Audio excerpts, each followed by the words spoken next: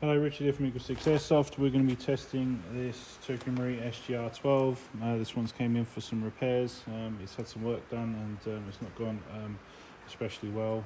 So we've found that some barrels are too long, so we've fit the correct length barrels and we've properly modified the spacer at the end here, if you know what I mean, to separate the barrels and hold them in the right place.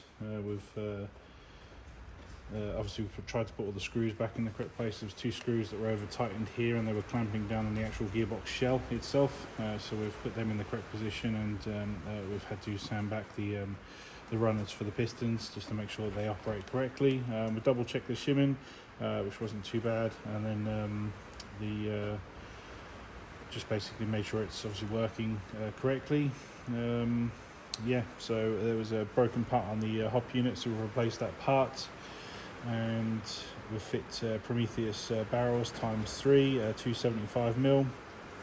We fit the Eagle6 upgrade spring, the M90. There was I think an M100, I think possibly in there. I mean, that'd be way too strong, and also would be dramatically draining on the actual battery itself. It's already got a warhead motor in there. We've got the Prometheus purple hot rubbers. Eagle6 flat nub. We've done 2 new hop arms for it. We've got the the retro arms piston we've installed in there, and the Eagle6 tappet plate spring. And we're just going to test fire and demo now. So the reason we want to demo is because the customer wanted a MOSFET replacement so we can get 11 volt running. So obviously we found a lot of problems, which obviously would cause quite poor trigger response and possibly poor battery life and stuff like that. So we've obviously corrected those. We've made sure obviously it's shooting now out to 65 meters on 2/8, and yeah, hopefully, like I say, we it's now up to what we'd consider, like I say, a decent spec SGR12. So yeah, all I can sort of hope for is that like I say, this is good now, and like I say, good trigger response and good rate of fire, and then obviously for you to make a judgment call. If it's not good enough, then like I say, we can remove the original TM MOSFET and then obviously rewire with the gate one. That would then allow you to go to 11 volt, and then like I say, you can run on 11 volt. The only thing we couldn't guarantee is obviously long-term health with regards to full auto on 11 volt. That could potentially obviously cause PME issues, if you know what I mean. But yeah, that would certainly increase your trigger response.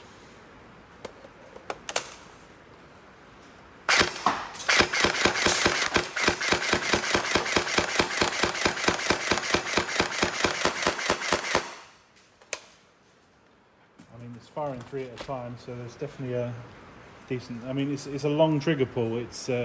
It always is just on this particular thing, unless we were doing some sort of trigger mods of some description, in order to shorten trigger pull. It is a large trigger pull. There's quite a lot of mechanical cut-off lever in there and switch set, so any MOSFET installation wouldn't actually change how long the trigger pull would be, but eventually when it does activate it, obviously it would just activate faster.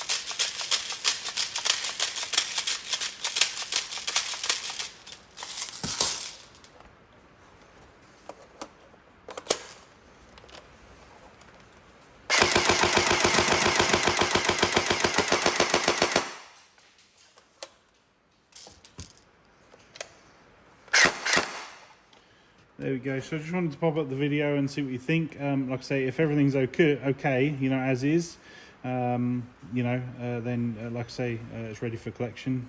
If not, and like I say, you want to try that 11 volt out, then like I say, we'll strip it down and we'll rewire with the different MOSFETs. yeah, I mean, I'd possibly suggest maybe even trying it like this, and obviously if it's acceptable and good, and 10 times better, if you know what I mean, than what it was before, then brilliant, job done.